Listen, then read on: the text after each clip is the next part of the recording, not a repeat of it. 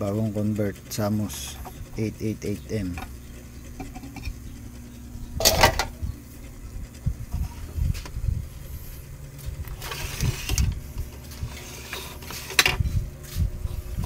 Maraming pinalitan dito. PWM nya pinalitan ko na maliit. Ito yung driver nya sa IGBT. So ito yung IGBT nya, isa lang.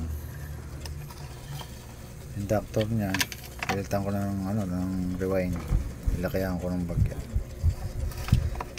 Tapos yung ferrite nya nirewind ko ng bago, pinataas ko yung current nya. Testingin natin. Ito, nakaload yung 4,000 watts. Ayan sa low.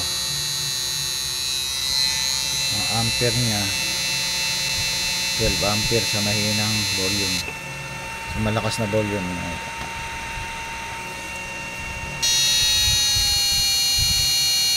60 mahigit. Ayan. Hindi natin maraming ilaw para lumabas yung nya, auto duty.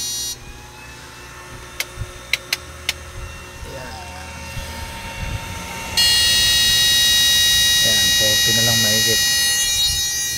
Load na lahat.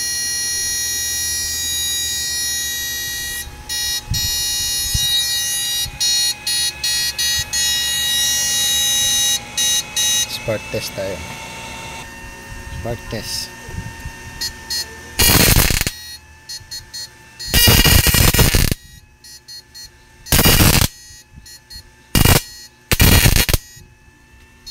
Okay.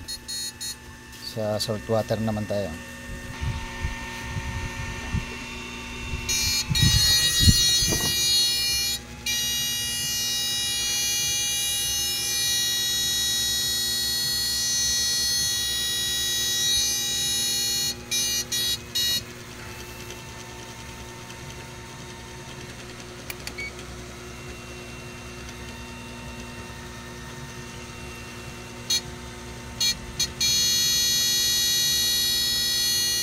AC yan, AC current. Grabe, umukulo ah. Okay.